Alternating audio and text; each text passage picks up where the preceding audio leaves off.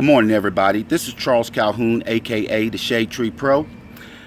I was having a conversation this morning about the rule changes opposed by the USGA and the RNA, which I personally think is a great thing. Anytime you can simplify anything in the game of golf or whatever, it's going to make the game better. But my argument was about this rule changing growing the game of golf. And I argued the fact just because you change the rules or simplify the rules, in essence, doesn't mean to growth of the game. My argument is there are so many people that play golf to this day, they don't even care about the rules. They care about getting better. Here it is, the first day of March. Black History Month has passed. And I'm making arguments about the stagnant growth of the game of golf. And the reason I have this argument is that for several years, being that Black History Month has just passed, is that when I watch the Golf Channel, and understand that I was on the Big Break, the original Big Break. I was also on Golf for Inventors, and the field product that I field tested ended up winning. So I think I have a valid point of what I'm about to say. Now, as I was saying, for several years,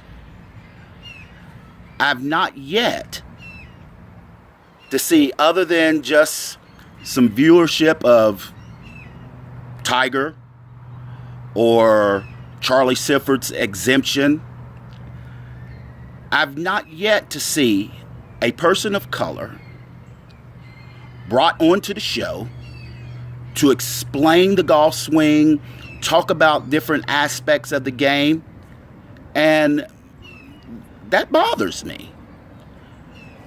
Because if you're going to grow the game, especially here in America, you got to take in consideration all the people that play golf, not one. So how can I make this argument? I make this argument for this fact, is that if you look at the game of golf as far as instructors, that's visible. There are no golfers or golf instructors that I know of that look like me that are teaching any tour professionals or is an option for any tour professionals that I know of. Now, don't get me wrong. Tour professionals have a right to pick and choose whoever their instructors are going to be. I have no problem with that. And I'm not making this simply about color. I'm just making the point more visible. Is that as African Americans, we are considered some of the best athletes in the world. But for some reason in the game of golf, it's almost as if we don't have the mental capacity to be able to learn and understand and study the game and study what the game is about, its movements and all. And I have a real problem with that. And the reason I have a problem with that is because for my own personal, I can play left-handed, I can play right-handed, I can play cross-handed. And I didn't do this because I just woke up because I had talent. I woke up because I studied, I learned, I challenged the arguments of what is said the swing is or what it's not. I just didn't take it on face value because someone with a big name said, hey, this is the way you do it. See, there was a gentleman that I was debating with this morning. And my argument was only about the USGA and the RNA and the rule changes and the growth of the game. And somehow it got to the point that I'm not listening. I want to be heard. All these things that just don't have nothing to do with the argument that I was making. And that in itself, it gives me concern, because that tells me that you're not listening. You're not listening to what's being said. You're not opening your eyes to pay attention. Because the bottom line is, as I'm saying, and sorry about the sun, but the bottom line that I keep making is this, is that when I turn the TV on and I don't see any persons of color that's describing the game, showing all these young thugs or whatever that everybody seems to be so scared of, that when you're not showing them progression within their own, then how can you make a difference? There are millions of African Americans that play this game of golf. The Golf Channel is supposed to be that visible window to show the growth in the game. But if you're not representing the knowledge of African Americans and what they have contributed to this game. And I'm not talking about just, oh, look at the history they're going through. Hell, we all know what the history black folks is going through. Shit, we still going through it to this day. But I ain't sitting here crying about it, because it ain't stopped me from doing what I'm doing. And, you know, whether the people like me at the Golf Channel or not, I don't care. That's irrelevant. My bills still get paid all the same. And I'm always, that's irrelevant to me. But there's a lot of young brothers out there that's trying to get, whether you be exposure or whatever it is, that somebody has to be the voice for them. And I'm willing to be that voice. Because if we're going to make a change, a real change, then don't talk about it. Like my grandfather said to me one time before, and I'll never forget this. Like he said, if someone's hungry, don't make a big speech about it. Give them some food. Now, that don't mean you got to turn around and give them everything. But in the same sense of whatever the problem is solved. It's just that simple. Even if it's just for that moment. So my thing is that I'll say to the Golf Channel, and many of people that work there, their talent on the Golf Channel. You may not like me. You may not like the things that I say. That's your right. But you got to remember one thing of this. You work for the Golf Channel.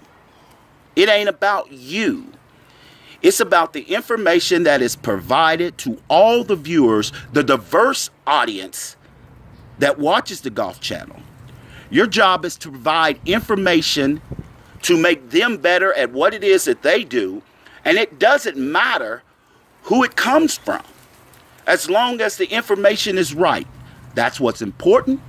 That's what the game of golf is about. And just because the color of someone's skin doesn't match to the historical background or history or whatever, doesn't mean that that person does not and cannot obtain the information to be able to teach it in a way that might be better than the information is provided. Because when I look around day in and day out and I watch people taking golf lessons, I'm appalled. Because when I see what they're doing, they're not getting better.